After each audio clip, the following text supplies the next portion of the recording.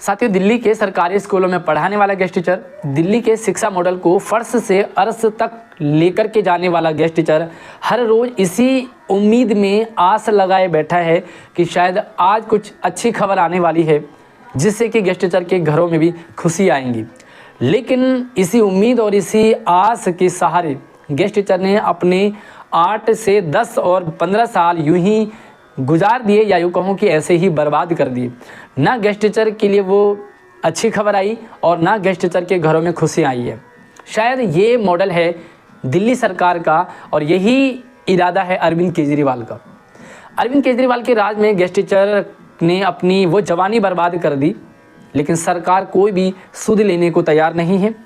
कई दिन धरने हुए, बीते 29 दिसंबर 2024 को भी गेस्ट टीचर ने इसी आस में धरना प्रदर्शन किया कि भैया जब सीधी उंगली से घी नहीं निकल रही है तो शायद उंगली को टेढ़ी करना ही पड़ रहा है। और धरना प्रदर्शन में आपने देखा कि वहाँ पर जो जाने माने वकील हैं अशोक अग्रवाल जी, उन्होंने भी गेस्ट टीचर के उस धरने को सहारा दिया है, या यूँ कहें कि समर्थन किया।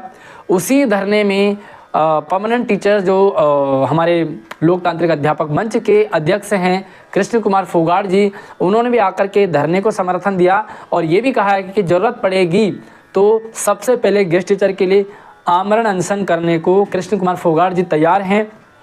उसी धरने में बीजेपी के सांसद चंदोलिया जी भी आए, जिन्होंने एक आश्वासन दिया कि जल्दी से जल्दी हम गेस्ट टीचर के लिए कुछ अच्छा करने वाले हैं।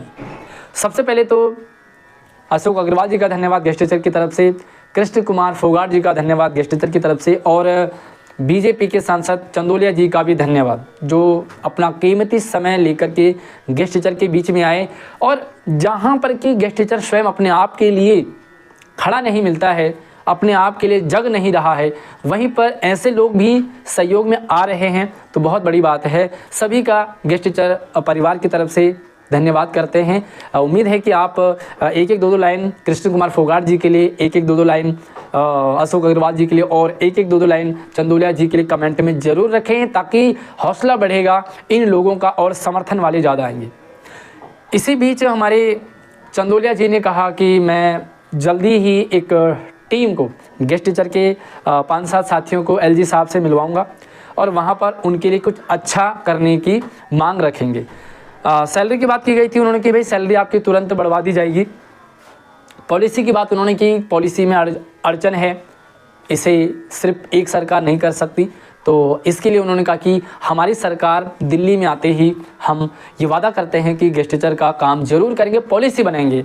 तो साथियों, फ़िलहाल इतना आपको क्लियर हो जाना है कि दिल्ली में जो 2 सरकार हैं, आम आदमी पार्टी और बीजेपी, केंद्र में बीजेपी है, तो इसके कारण गेस्ट टीचर के नैया उथल पुथल में है और डूबते बिल्कुल डूबने को तैयार हैं। तो फिलहाल पॉलिसी कब बनेगी शायद आने वाली सरकार तय करेगी। अगर दिल्ली में बीजेपी की सरकार बनती है तो उम्मीद लगा सकते हैं कि पॉलिसी बनेगी, फिर से केजरीवाल की सरकार आ जाएगी तो फिर से वही 5 साल गेस्ट टीचर के सत्यानाश गेस्ट टीचर का हो जाएगा, ये श्योर है। लेकिन जो सैलरी है उस पर कहीं ना कहीं आस लगाए बैठे हुए हैं कि शायद सैलरी बढ़ जाएगी। तो फिलहाल मैं आपको ये अपडेट देना चाहता हूँ और अगली रणनीति के लिए भी इंश्योर करना चाहता हूँ कि अब आगे क्या करना चाहिए अगर स्थिति जस की तस है। आपने देखा फोटो आपके बीच में आई होगी।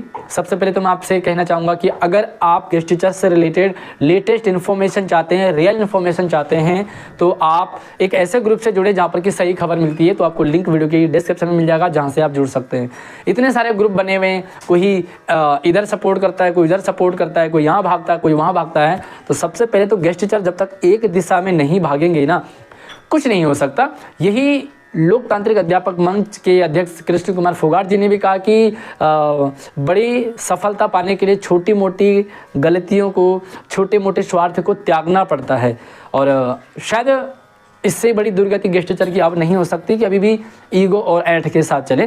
तो फिलहाल तो जो टीम बनाए करके उन्होंने कहा कि मैं एलजी साहब के पास ले जाऊँगा और रिलीफ साथियों को तुरंत ज्वाइन कराएंगे, सैलरी को तुरंत बढ़वाएंगे। पॉलिसी की बात उन्होंने कहा कि हम सत्ता में आने के बाद करेंगे।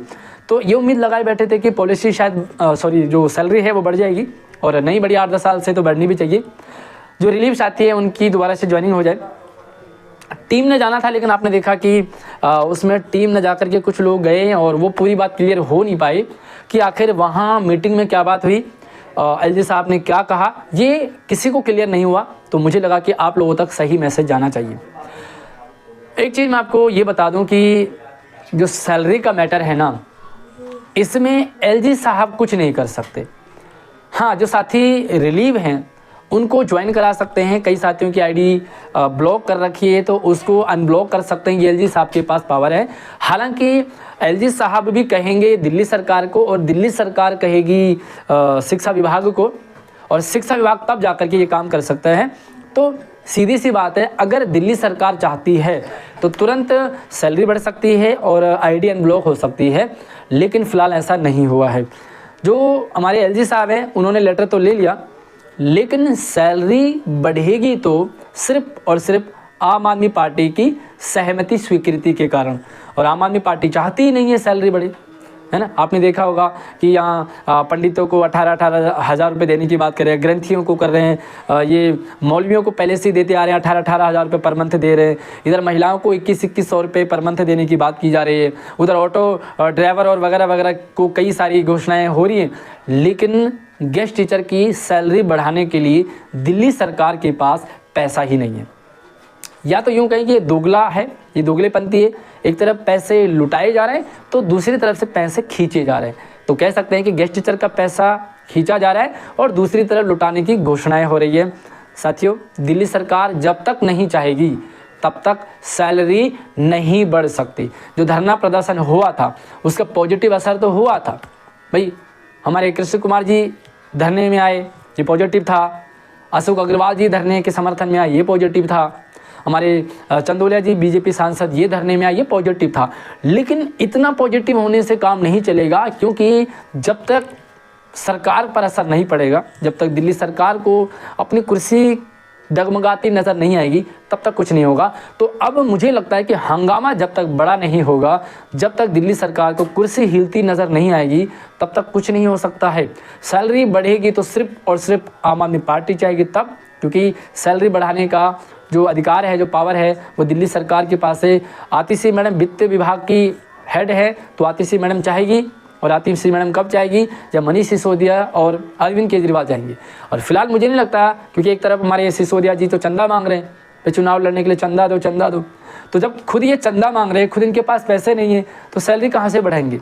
तो ये स्थिति फिलहाल गेस्ट टीचर की है। बाकी साथियों, निर्णय आपको लेना है, हंगामा बड़ा होना चाहिए। मुझे लगता है कि हमारे पुराने जो लीडर हैं उनको वापस लाना चाहिए, ताकि कुछ बड़ा हंगामा हो। और परमिशन वगैरह की दिक्कत जो भी कुछ है, उस पर एक अगली वीडियो जल्दी आपके लिए आने वाली है, कि जो हमारे प्रवीण तोबड़िया जी हैं पुराने, वो समर्थन के लिए तैयार हो रहे हैं। वीडियो को शेयर कर दो किस तरह से लोग प्रवीण तोबड़िया का समर्थन चाह रहे हैं। अगली वीडियो मिलते हैं, तब तक आप अपना ख्याल रखिए। चैनल को सब्सक्राइब जरूर कीजिएगा। धन्यवाद।